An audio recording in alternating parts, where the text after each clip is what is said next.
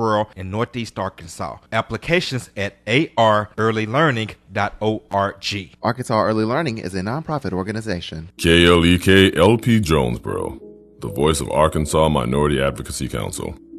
It's now time for Community Conversations, a program focusing on the people working to make the Jonesboro community a better place, while offering viewpoints from all sides of the issues.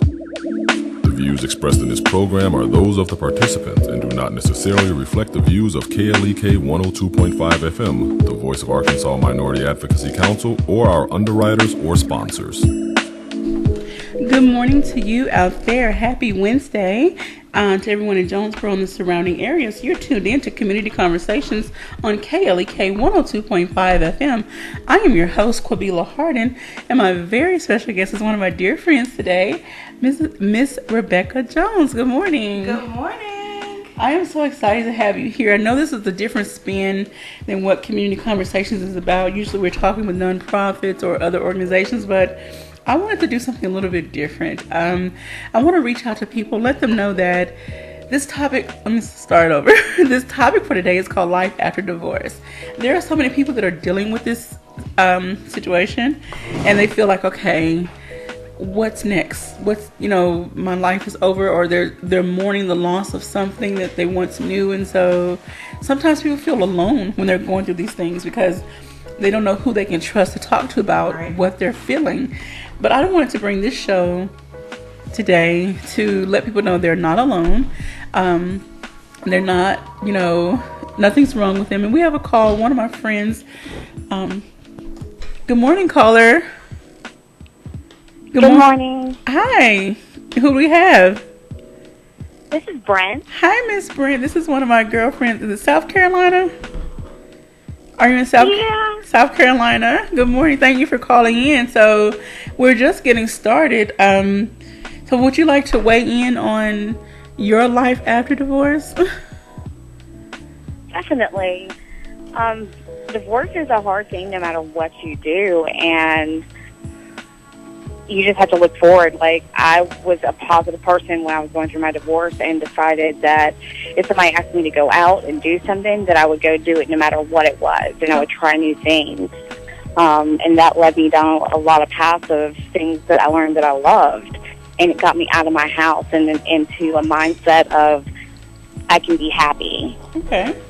All right. So without going into, we can share whatever you like, but with your divorce, was it an ugly divorce? Was it, cordial? What was that process like for you?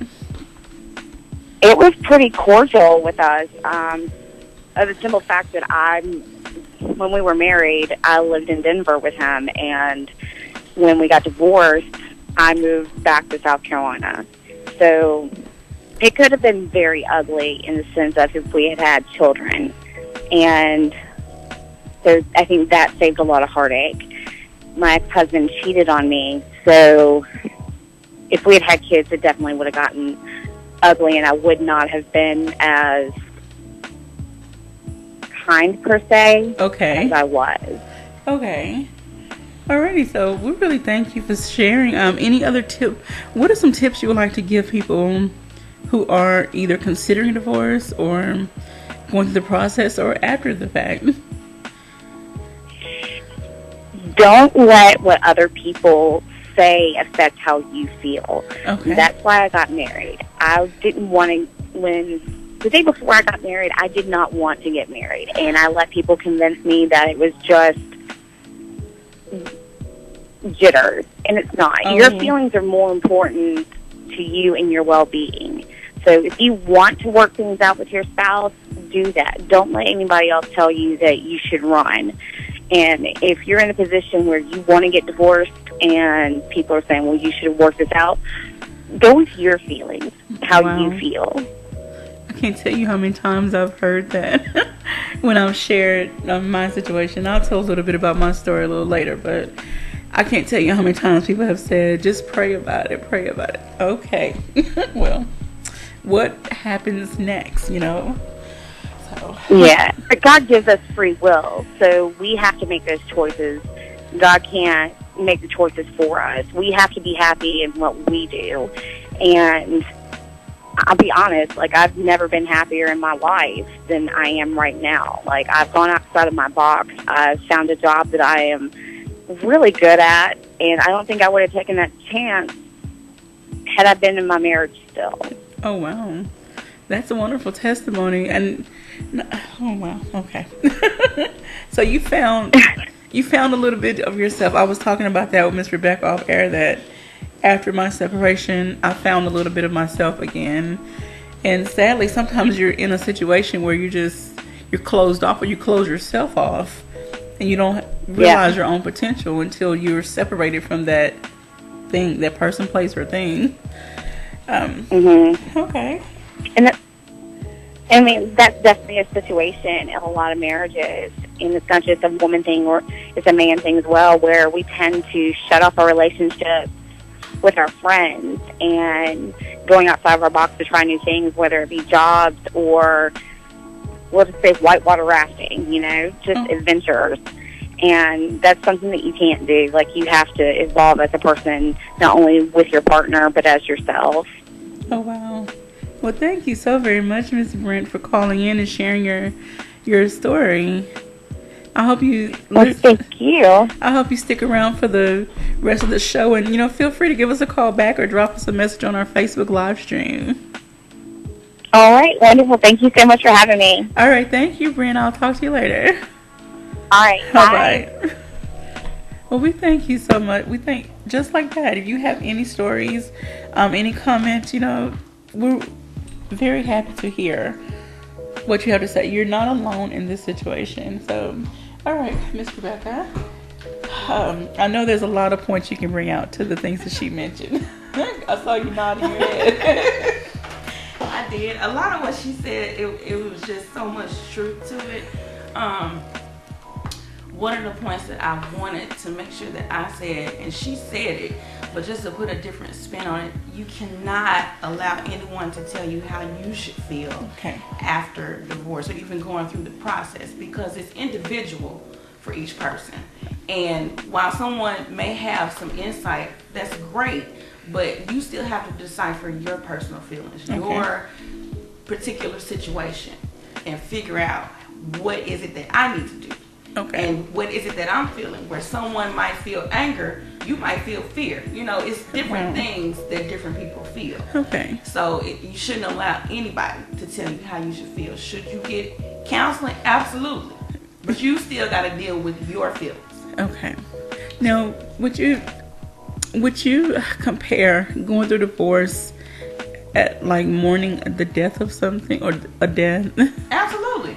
It is a form of grief, and just like the death of a loved one, especially a parent, someone close to you, you have to process it. It's like grief. It's like having major surgery. You have to give yourself time to recover, time to deal with what has just happened, time to face what has just happened. You have to accept what has just happened, and I think that's one of the biggest things. One of the biggest things for most people is accepting the reality. Oh my God, I'm divorced.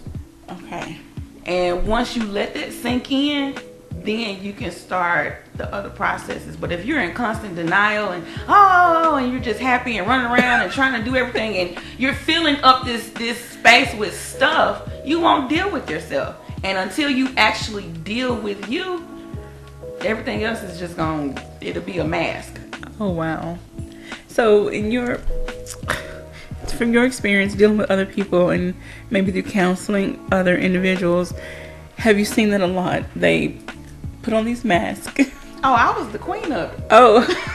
I don't want you to talk about anybody else. I'll talk about me. Well, do you mind going into a little bit? It was important for me to make sure I didn't look like what I was going. Now, those close to me, they saw through all of that. And they should, because they're close to me and they're close enough to know. But I didn't want to look like divorce, because it's such a negative stereotype attached to it. I didn't want to look like, oh, she's a single mom with 2 kids, poor her, woe is her. I didn't want to look like that. I made myself look differently. And like I said, those who were close to me knew the real deal. But it was very important for me to look the part, and I was not the part at all. You know, I made sure I had clothes. I put the heels on. I did the makeup and the hair, you know. But I was looking like the Scarecrow from the Wiz on the inside, just a mess. So it was tiresome. Okay. Playing like I was okay and trying to look like I was okay when I was not okay. Wow. And it wasn't that I didn't have outlets. I didn't know how to express it. Okay. I didn't know how to say, look, I'm mad, I'm angry, I'm pissed off, and all these other feelings that I was feeling without crumbling. I didn't want to appear weak. Okay. Now, because I know you from with the college together, but you were in church. You are in church, but what was it like for you? And there may be some of those that are going to church, faithful worshipers, but they're going through this situation. What was it like for you trying to still go to church and worship, knowing that you got all this hell? I'm sorry, going on. It was absolute hell. I had a very, very, very, very good church family. Okay. And they were there for me. I remember texting a couple of, I had a circle, and I would, if I was just at a point, a breaking point or whatever, and just couldn't get out the emotion, I would text them, and that would help me feel better, and I would be able to rest or go to sleep.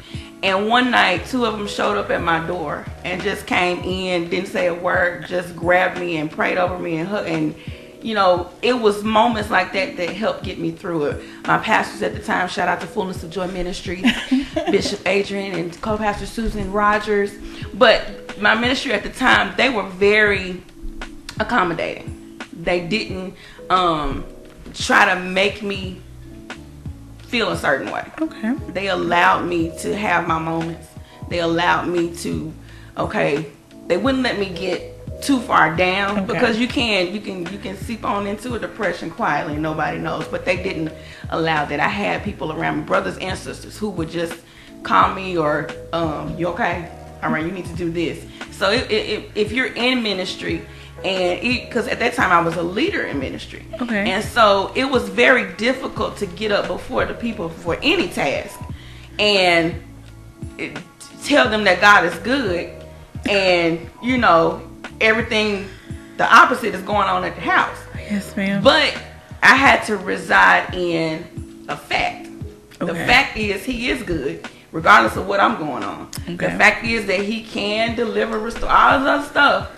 It's just right now, I'm going through my particular season. Yes, so I have to reside in the fact that he is going to, however he chooses to do it, he's going to bring me out some kind of way, and I'm going to be okay on the other side of this. Well, and I know there's so many people that are just going through, and they still, some people have a lot of anger, and they're not afraid to show their anger. Mm-hmm. What advice would you give them to try to work through that anger? Because some people feel like, I gave them my all, I gave them 100, I was the best this, I was the best that, I did all, I cooked, I cleaned up, whatever a wife should do, a wife does.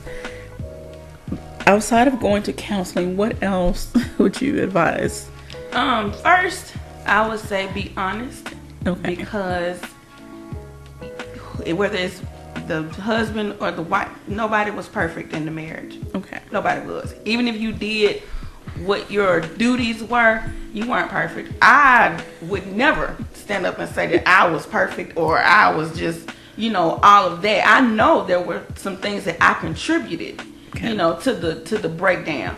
But you have to be honest with yourself first. And then you have to acknowledge the fact that you're angry. Some people, you going around snapping the kids up, snapping up co-workers. You mad at people in the drive-thru because they won't hurry up. You mad at the folks at church because they are sitting in your seat. And you just snapping everybody up. You're angry. Acknowledge it. You have to. If you don't acknowledge it, you will never deal with it. Oh my God. And that's the first thing with anger. Once you acknowledge it, then you can try to find a way to redirect that anger. Okay. You know, find something to channel that energy into. Okay. Like for you, you know, if you're a writer, start writing. It could be just rambling that you're doing on a page, but start doing whatever it is that can help you release that pressure. I'm glad you brought that up. We'll talk about that more in the second part of the show. Okay. Many of you who know Miss Rebecca know that she's an author of a book called Bliss, Believing Love is Something Supernatural. And we talked a little bit about how this book came out of, you know, going through your divorce and what you were dealing with and wanting to help other married couples hopefully not get to the point that you got to, and how to put something back into and rebuild or respark or whatever they need to do in their marriage. You know, I'll talk a little bit about me. I'm not divorced yet, but I've been separated for about 1.5 years, and it's been a journey, I must say. Finding me, learning more about me, like you said, coming to grips with what I contributed or didn't contribute to the relationship. I cannot put all of the blame on the man. Right. When I look back, yeah, I was petty. I was combative. I was, you know, any other adjective you want to put in there that's not so positive. Yes, I went to church, but anyway, I have my faults in the marriage as well, so I can only blame myself, and I can only ask God to forgive me for what I did or didn't do, and then try to move forward from there. So hopefully, if there is another opportunity for me to have another relationship, I'll know what to do better the next time around. Right. And that's important. You're recognizing that now. You know, a lot of people will just rush over the process. And you can do it, but it's not good for you to do it. Because even if you not looking at, I'm going to be in another, you know, romantic relationship, it will flow over into friendships, to your children, and all that, because you haven't dealt with you.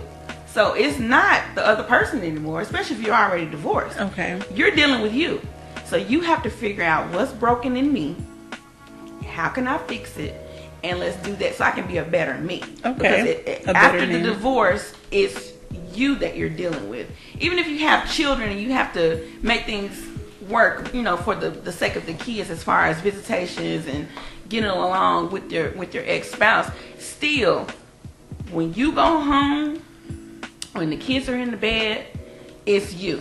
Amen. And that's male or female. Yes, ma'am. You know, you have to deal with you, and I can't express that enough. That is something that was very big for me. Kind of like what you said, I started to discover Rebecca. Everybody knew Becky, but I started to discover Rebecca and different things that I had set to the side or I had let die, and that's not saying that the marriage did that. I did that. So it was an awakening for me. You know, it opened my eyes. Okay, what are you doing with your life? Where are you going? You can't just be content taking care of the kids and going to work and coming back home. There's more for you to do. And I've always known that. I just got complacent. Okay. And after divorce, you can be so wounded that complacency is easier than dealing with the wound that came from the divorce. It is more comfortable. Anytime you have a wound, a broken leg or something like that, it hurts for them to reset the broken leg. Yes. It hurts for them to dress the wound, especially burn victims. It hurts for them to clean that wound. Yes. It hurts for them to dress it and everything. And I know sometimes in the burn, I'm not a medical person, but sometimes in the burn, you don't get any anesthesia. No. When they're cleaning that wound or when they're dressing it, because it has to be direct. You can't be lethargic and out of it when they're dealing with it. So it's the same with divorce. You can't be sleep. You can't be complacent and actually deal with yourself after divorce. You will not do it because you'll be in a constant state of denial. Wow. Okay. That is awesome. Thank you so much for that. I'm just trying to figure out where to go, but okay. While I get my thoughts together, I do want to give a couple of Facebook shout outs to Mr. Ian Buchanan. So that's good stuff, sis. Thank you, Lorinda and Lockhart and Helen Scott for watching. There's many other people watching, but I can't see their names. Alexis Bennett says, go auntie. And Lorinda says, great words. We want to thank you all for checking in. We want to hear your, views as well. Those of you who, again, are considering divorce, going through it now, or who are divorced, and you have chosen not to remarry for whatever reason, not because you can't find a mate, but you've chosen not to remarry for some other reasons. We would love to hear from you. The phone lines are open, 870-277-1080, or you can catch us live on Facebook. We're going to get ready for a break.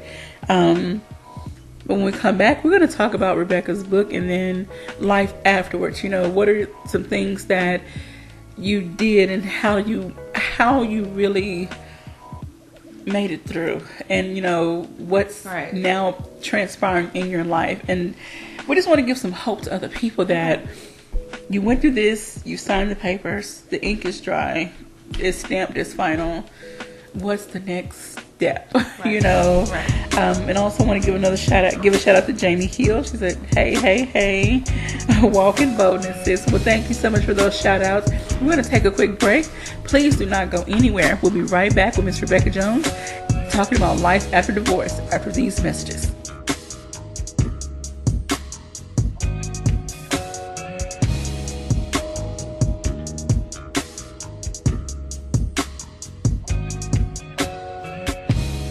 You're listening to Community Conversations on KLEK 102.5 FM. We'll be right back.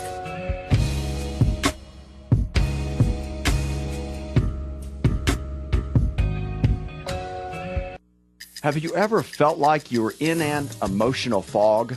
I'm Mark Merrill with today's Family Minute. You can't see where you're going. You've lost your vision. Maybe you've lost your vision for your marriage. The road you were heading down with your spouse was suddenly engulfed by an affair, illness, cancer, or addiction. You once could see a bright future for your child, but the light has dimmed because of rebellion, drugs, or sickness. So, what can you do? First, pull over. Stop what you're doing for a few hours, or maybe even get away for several days to clear your mind. Second, be patient. Wait until the fog clears. You can't control everything. Remember, your family first. Want to connect with Mark on Facebook? You can at facebook.com/Mark Merrill. Family Minute is made possible by the Kappa Nu Omega chapter of Alpha Kappa Alpha Sorority Incorporated, a non-profit organization committed to service to all mankind. Kappa Nu Omega Alpha Kappa Alpha on Facebook and KNOMEGA1908.com. KLK 102.5 FM is giving away $102.50 to one lucky listener. That's right, KLK is giving back to you, our faithful listeners, as thanks for your support. Did I mention that we're giving away $102.50? I bet you're wondering, how can I win the money? Well, I'll tell you. It's quite easy, actually. Just come to our live broadcast Saturday, September 9th from 3 o'clock p.m. to 5 o'clock p.m. We'll be broadcasting live from Mrs. Polly's Motivational Barbecue CAB on the corner of Nettleton Avenue and Caraway Road in Jonesboro. We also want to thank Mrs. Polly's for sponsoring our giveaway. Their motto is, we do it for you. And we're doing it for you, Jonesboro. We're giving away $102.50 Saturday, September 9th. You want the money? Don't meet us there. Beat us there.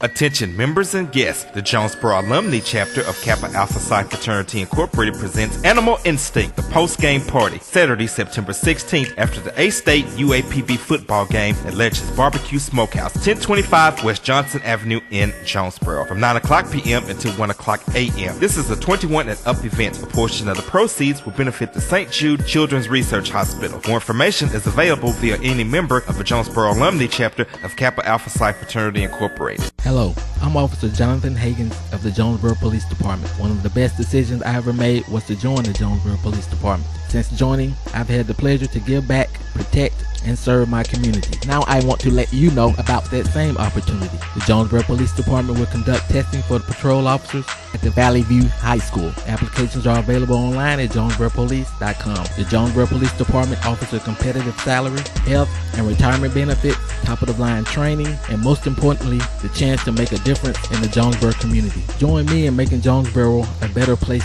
The Jonesboro Police Department is an equal opportunity employer, and women and minorities are especially encouraged to apply. More information, 870-935-5657. Applications are being accepted through September 7th, 2017. Applications are available at jonesboropolice.com. Support for KLEK is brought to you by Fullness of Joy Ministries, 2120 Thorn Street, Jonesboro, under the direction of Bishop Adrian Rogers and co-pastor Susan Rogers. www.fjministries.org. And now back to Community Conversations on KLEK 102.5 FM. All right, welcome back to Community Conversations on KLEK 102.5 FM. We're speaking with Ms. Rebecca Jones, and we're talking about life after divorce. I hope that you all have been enjoying this conversation so far. We truly appreciate all of the Facebook shout-outs and those that are watching. I don't see all of your names. We would love to hear some of your feedback. You may know someone who's going through a divorce, who's been through or thinking about it. We would love to hear your feedback, your advice. What would you say to them? A lot of us, we talked earlier about, so many people tell you to pray about it, reconsider, and like the caller, Miss Brent, said, don't let other people dictate your feelings and your emotions and what you choose to do with your life. You have to make the best decision for you. You may have given it all you had, and that other person is simply not giving anything anymore. A relationship is two people. You can't do it by yourself. So you have to make a choice. So I'm going to stay in this darkness, or I'm going to shed all of that and, step into the light. I know that's a crazy analogy, but anyway, y'all know how I am. Okay, so we're going to transition and move on. Rebecca shared a little bit about, her situation. I want to ask you this. Some people, they decide, I'm getting divorced. They go get the papers right like the next day or so. For you, it took a little bit longer. Why would you say for you it took longer to actually get the papers and go through the process? For me, when I said I do, I meant it. Okay.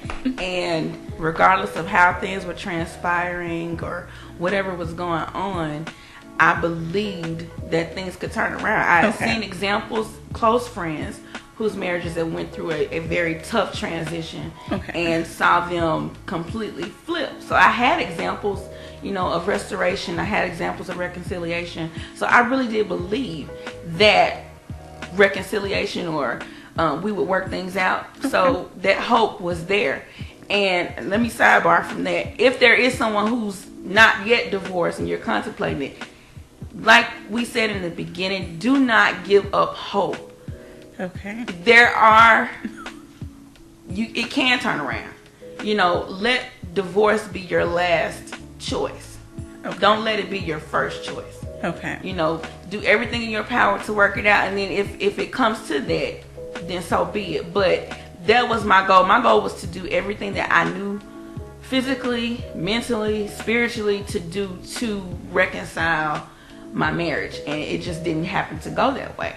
And so that was something I had to come to grips with on the front side of the divorce. Before any papers were ever filed, I had to understand, okay, this isn't going to change. Okay. That was for me. Okay. That's not necessarily for you, and I'm saying you in general. You have to make sure, and you mentioned people say pray about it. Seriously, pray about it. Okay. I went to my pastors and they never once said, divorce. And they knew the entire situation. Okay. They never once told me to get a divorce, but they were supportive once I made that decision. Okay. They were supportive of me. Okay. So if you're stuck in limbo right now, just make sure that you're not moving off of emotion. Okay. So you know that this, without a shadow of a doubt, this is what needs to happen. in order for you and this other person to move on with your lives. That's something that you need to make sure that you know within yourself. Okay, so now we're going to get into the book, because after divorce, we talked a little bit about how there was a conference at your church, and it was hosted by the singles for the married couples. And you decided to write some notes and put this packet together, to kind of give people some advice on how to do some things within their marriage to keep the fire going. Now, when the book came out, and I unfortunately haven't got my hands on a copy yet, but from the feedback from the couples, they were just on fire. Like, they were taking your tips. They're like, we write notes and we're doing this, that. They didn't reveal all the fun things you put in the book, but the excitement from the couples that I saw, I'm like, okay, I got to get that book. First, I got to get it made, but I got to get the book. Well, anyway. It wasn't a conference. We were hosting something for the couples for Valentine's Day. I'm sorry. No, that's fine. And, we just wanted to flip it. Instead of us doing something, we wanted to pour back into couples. You reap what you sow. Okay. So that was just the idea. And it was just a dinner. Like I said, we gave them bags, and the tips were in the bag. It was stapled together. It was nothing official. It was just something we were doing in-house for our couples at that time. And I didn't really see it going past, what we were doing. I did get some feedback from a couple of couples, and I still have those emails. And so it stopped there. Okay. For different reasons, but it stopped there. And so I brought it back. Once I moved, it came back up, and I showed it to a couple of coworkers and another friend, and they were like, why is this not published? So that's how we started the journey to getting it published. And it was published in 2016, and from there I created the Facebook page just as a promotional for the book. Okay. But I felt led to do other stuff with that page, and that's when I started featuring different series for couples and highlighting different couples. And I'm telling you, the couples that I contacted to be a part of those series were so accommodating, and they were so open, sharing their stories, even the hard times. It was people who had gone through sickness and adultery and different things, and they're here to tell the story that you can make it. And that was the whole point behind Bliss.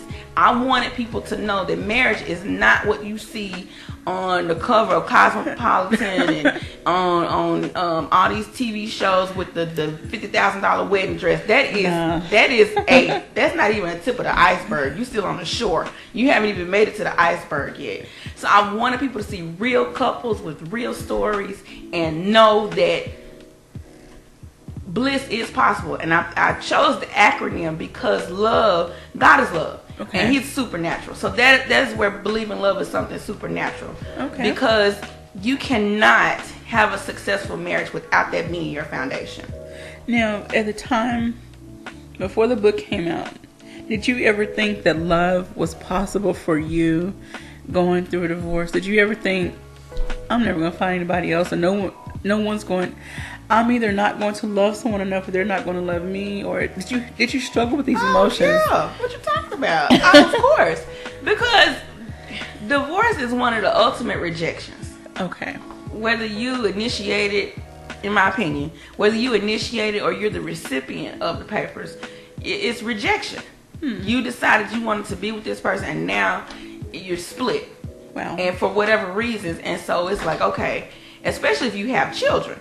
Will somebody want me with 2 kids? And this is, like I keep saying, it's male and female, because there are some men whose wife will just, okay, I don't want you anymore, bye, and I'm gone. So a lot of people think that divorce only affects women in a negative way, but it affects men as well. So it's a rejection that you have to deal with, and with any rejection, it comes questions. Like, am I good enough? How do I look? It affected every part of me. I was self-conscious about how I look. I was self-conscious about my weight, hair, everything. Physically, it was attacked. And then mentally, it's like, oh my God, can I even conceive being married again? Can I conceive being in a relationship again? Will somebody think I'm blah, blah, blah, blah, blah? It was a lot of questions. A lot. And that's one thing that I'm dealing with. Many people that know me know that I have this physical condition, and I do have some medical issues. So anyway, that's one of my biggest anxieties is, is God going to send somebody my way that will accept me for who I am in my current state, knowing that I'm working on getting better, so even at this point, I'm not looking, so I'm put that out there, because I'm still legally married, I'm not looking, but yes, I have these thoughts, I'm not old, I'm not that old, but I would love to, find love again, but anyway, hopefully my time will come, we'll see. God is bigger than anything that I can ever dream of. Exactly. So. and age is nothing but a number. Leah told us that years ago. And seriously, I mean, if you, let's go Christian, because that's what we are. Abraham and Sarah. Yeah. Abraham was 100 and said, come on here, Sarah, let's get this together. We've been promised a child. And she was 90 something. So age is nothing but a number. You see people all the time finding love after 60, after 50, Don't let that deter you. All right. So let's talk about some more things that happens after the fact. Like for you went back to college. Like we met back in the 90s. Yes. Shout out to A-State. And so, both of us fell off a little bit. But then, you went back. You decided I'm going back to school and finish my education. And now you're working on your master's. So do you think that would have been possible if you were still in the relationship that you were in before, or if you allowed yourself to stay, say after divorce, if you allowed yourself to stay stuck in that dark, depressive, angry, or whatever state that most people go through after divorce? I can't speak to if it would have happened while I was still married. I don't know, how things would have turned out. I can't speak to that. But after divorce, I knew that I had to do something. And it wasn't even just for me. I had to do something to create a legacy for my children. Okay. And I went back twice because I went back to ASU. Okay. And then some things happened and I wasn't able to return. And so, that was a whole, it's stacked on top of the other issues I was dealing with emotionally. So when I started wanting to go back to college, I was like, I'm too old. I really did. I said I was too old. I didn't want to sit in the classroom with kids half my age and all this stuff. And they look at me like, who is this old lady sitting in here? And so it was even stuff with that. But the guy that I'm dating, yes, I said it out on public. Oh, wow. But he has been very instrumental in helping Rebecca stay on this journey. He won't allow me to deter from what I've said I wanted to do. And the opportunity presented itself for me to go back to school. And I brushed it off again. And I was like, okay, whatever. He's like, no, you're going to school. And so it happened just like that. And anytime, you have asked the Lord to put people in your life that are going to push you, and He sends them, God gonna do it. They're gonna do their job, and that's what happened. And once I got the push, it was like a ball rolling down a hill. And so once I got into school, I got excited about it. I started, and it's history. I graduated in May of this year with my BBA, and it was still unbelievable. I just got the degree in the mail. And I'm like, oh my God. So it was something that was necessary for me to show my kids that no matter what life throws your way or whatever situations you go through or whatever happens that breaks you all the way down, you can come back up. And they were there to witness. They have seen me when I've been laying in the floor crying, half out of my mind because I don't know what I'm going to do. I don't know how I'm going to take care of them. We have been homeless, we have been carless, I was jobless, all of that. They have experienced all of the downfalls with me. So they needed to see Mama succeed at something. And so that was the big motivation, for me to say, hey, I got this. And now with the master's, it's a choice for me, and it's something that I actually want to do because of the career path that I'm taking. So that's how that came. That is absolutely amazing. I have a question. I want to give a quick Facebook shout out to Shamal Carter for joining in, and Mrs. Moselle. What's up, Mo? She said, "Yeah, that's my boo right there." So proud of you, sissy. Shout out to A State. Thank you, Mo, for checking in. She said, "Yes, honey. Tell the story. You made it. All right." Okay, so you brought up the kids, and this is one thing a lot of people don't take into consideration. Some of us adults, we just think about ourselves. We don't think about the impact that it's going to have on the whole family. Right. The children, no matter what age, they can be 20, they can be 2.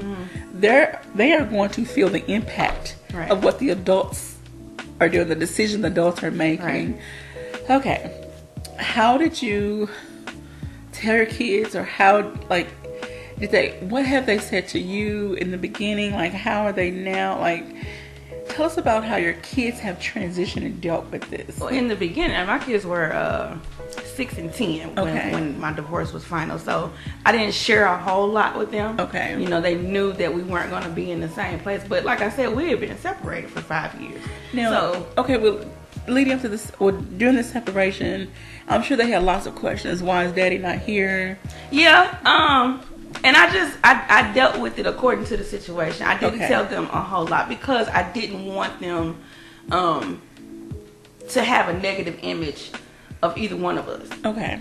So I didn't share a whole lot. I just gave them the gist in the end. Okay. And as they've gotten older, they've even asked questions since then, and I'll share, bits and pieces. But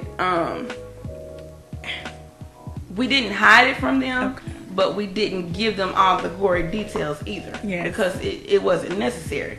If we are gonna take care of them as mother and father, it's not necessary for them to know all of the details of what happened in this. If it comes out, it comes out. But I'm not gonna give you this. I won't be the one to tell you. Not necessarily that. I just don't. Some stuff they don't have to know. Yes. It's situational. But there are some people, they are just raw as raw can get, and they don't care if their child is standing right here. They're going to say the ugliest, nastiest thing out of their mouth. Yeah, and you have to, because you get, when you're in the heat of it, you're in the middle of it, there are times that you want to just show all the way out. You do. Especially if it gets ugly. But you have to have that person that's going to check you and say, hey, you got 2 kids. And I had those people.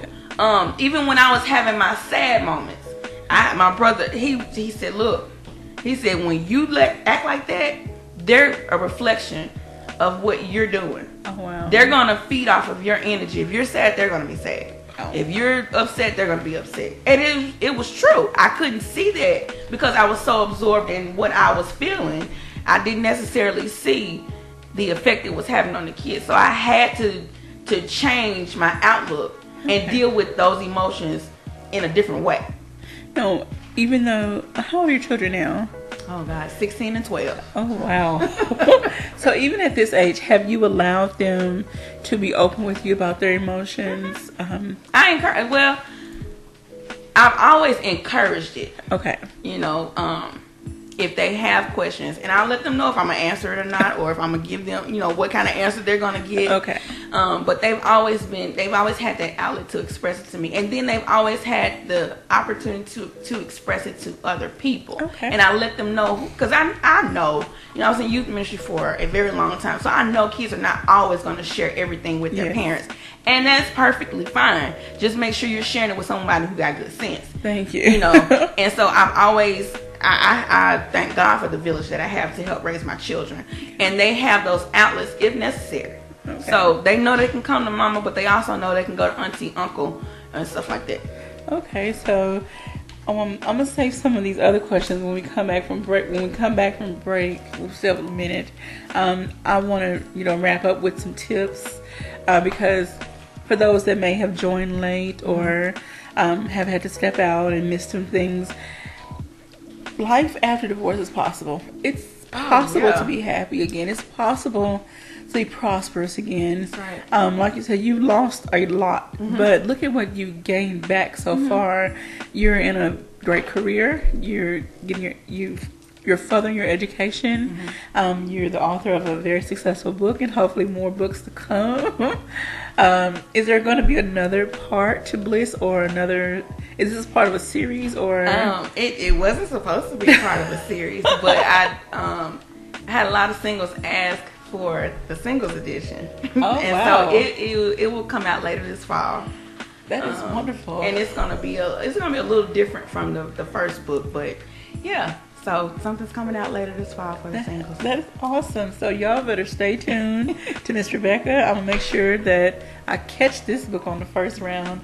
And if you can't get your hand on another copy of Bliss, I would love to own it. So please. You're tuned in to Community Conversations on KLEK 102.5 FM.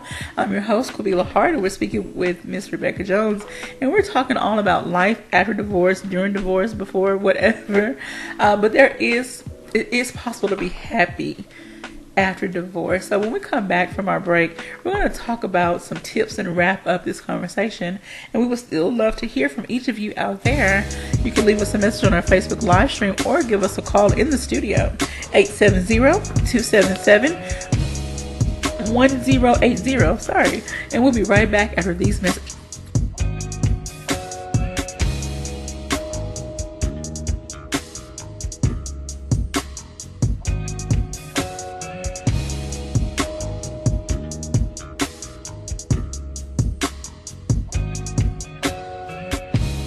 You're listening to Community Conversations on KLEK 102.5 FM.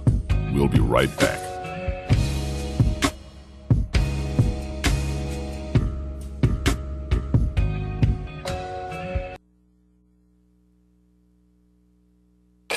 We're back with Money Matters. I'm Alfred Edmond Jr.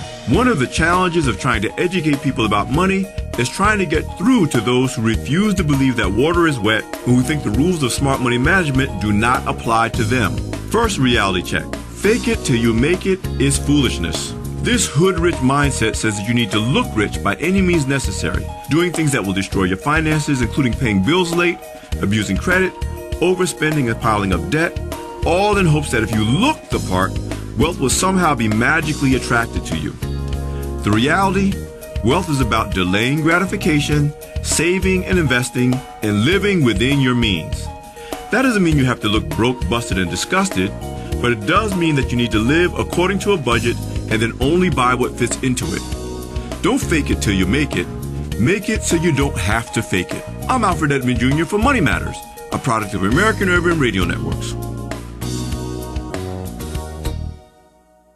Money Matters is made possible by the Jonesboro Alumni Chapter of Delta Sigma Theta Sorority Incorporated, a nonprofit organization dedicated to uncompromising commitment to communities, service, leadership, empowerment. www.jonesboroalumnidst.org. Money Matters is brought to you by Bancorp South, offering checking, savings, loans, credit cards, and wealth management. 5 locations in Jonesboro to serve you. www.bancorpsouth.com or 870-972-9800. When life takes a wrong turn, what do you do? When things are looking at their worst, who do you turn to? KLEK 102.5 FM and Massey Productions presents the inspirational gospel stage play, To Hell and Back, a story that will inspire you, renew and reaffirm your faith. Featuring performers from all over Arkansas, Texas, and Louisiana. One big show, 12 noon, Saturday, September 16th, at the Epic Center, 1899 County Road 333, Hasbrook Road in Jonesboro. Tickets are $10 in advance, $15 at the door, and can be purchased at KLEK, Cool Cuts, the Epic Center, or by calling 870-277-1080. Bring the entire family Saturday, September 16th, before the A-State UAPB game, to the Epic Center to see the inspirational gospel stage play, To Hell and Back. This event is a KLEK fundraiser. KLEK thanks CJ Pepper and the staff of Life Strategies Counseling Incorporated for helping people through hard times in life such as depression, family issues, stress, abuse, and more. They offer counseling and therapy for all ages, individuals, families, and groups. They are located at 1217 Stone Street. Phone number 1-866-972-1268 or online at lscihelp.com. Starks Auto Plaza, your pre-owned superstore, is a longtime supporter of KLEK. 2829 Red Wolf Boulevard, Starks offers clean, reliable vehicles of all makes and models. Starks also offers no-hassle pricing, friendly service, financing options with approved credit. At Starks, you're always family, and our motto is, we never say no. 870-203-9980. StarksAutoPlaza.com. Arkansas Early Learning prepares children up to 5 years old for kindergarten by offering a secure learning environment, qualified teachers at several locations in Northeast Arkansas at no cost. Applications are available at arearlylearning.org. Arkansas Early Learning is a nonprofit organization. From the KLEK Community Calendar, there will be a free community workout every Sunday and Tuesday starting at 6 o'clock p.m. at Allen Park, and every Thursday night also starting at 6 o'clock p.m. at Parker Park.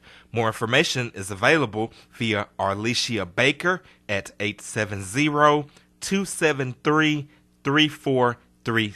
KLEK is starting a new fundraiser which will allow listeners to donate to KLEK while buying groceries. KLEK is a part of the Kroger Community Rewards fundraising program. When shoppers visit a participating Kroger and scan his or her Kroger Plus shoppers card, a portion of the savings goes back to KLEK to help keep it on the air. Details on how to sign up for the program are available at KrogerCommunityRewards.com and at KLEKFM.org. This is a KLEK fundraiser. And now back to Community Conversations on KLEK 102.5 FM. All right, welcome back to Community Conversation on KLEK 102.5 FM. We're speaking with Miss Rebecca Jones, and we're talking about life after divorce. And I wanted to do this topic today because I know there are so many people out there that are going through, they're either considering going through the process or they're gone through the process. And sometimes you feel alone when you're going through this, dealing with this situation. You, as Rebecca mentioned earlier, it's a form of rejection. You feel rejected. Like, what did I do wrong? Why don't they want me anymore? Like, and you feel a myriad of emotions: anger, sadness, depression. Like, you just go through so much. You're like, why and how and what, and all these questions and things are floating around, and you don't know, okay, what's next? What am I supposed to do with my life? Right. My life at one point was centered around this man or this woman and our children or our jobs and our, whatever we had going on. Now it's all split, and like, what do I do next? Right. And some people don't bounce back well, but many people do bounce back. So I wanted, because I know, of course, I don't know all of the things you've been through, but the things you've shared and seeing how you have bounced back, that's why I wanted you to come and talk about this. So hopefully you can shed some light on this for other people. Just let them know that it will be okay. There is going to be a transition. I mean, that's with anything in life. There's going to be a transition, but you will make it through the transition. But it's about your attitude through the process as well. Can you touch a little bit on, you did talk about some of your emotions you dealt with. What was, I guess, some of the driving force that made you decide, aside from your children, you mentioned that you saw your children watching you go through whatever you went through emotionally, and you had other people in your circle that said, okay, you got to do better. Right. I'm sure they said a few choice words, like, they probably were more blunt, like Rebecca or Becky, now you know. Yeah. It was the big turning point came when this is at the time I had lost my apartment. I was in my best friend's house, and I was just overwhelmed with what I perceived to be failure. Okay.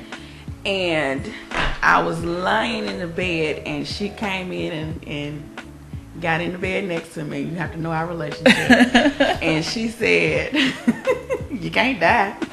You know, she said, "So what you gonna do? You know, you're gonna have to, you know, what are you gonna do?"